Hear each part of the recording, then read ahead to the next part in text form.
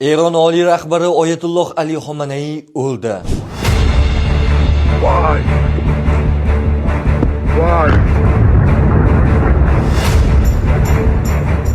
Isroil va AQSh hujumlari oqibatida 86 yoshli Xomanaiy halok bo'lgani haqidagi ma'lumotni Eron davlat televideniyasi tasdiqladi.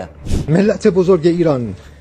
Sharafli Eron xalqi, chuqur qayg'u va ta'assuf bilan ma'lum qilamizki, jinoyatchi AQSh davlati va sionistik rejimning vahshiyona hujumi oqibatida iymon, jihod va qarshilik timsoli, islom inqilobining buyuk rahbari Hazrati Oyatulloh Ali Xomanaiy ulug' shahidlik maqomiga erishdi.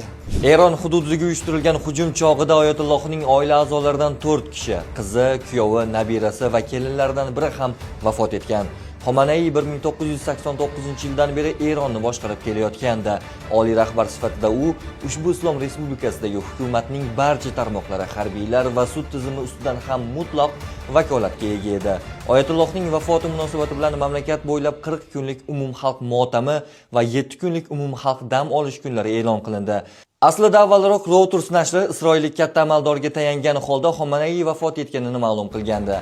Prezident Donald Trump ham Truth platformasi orqali bu haqida yozgan, biroq Eron rasmiylari bu xabarni rad qilishayotgan edi. Xo'sh, endi 28 fevralda boshlangan urush shu bilan tugaydimi?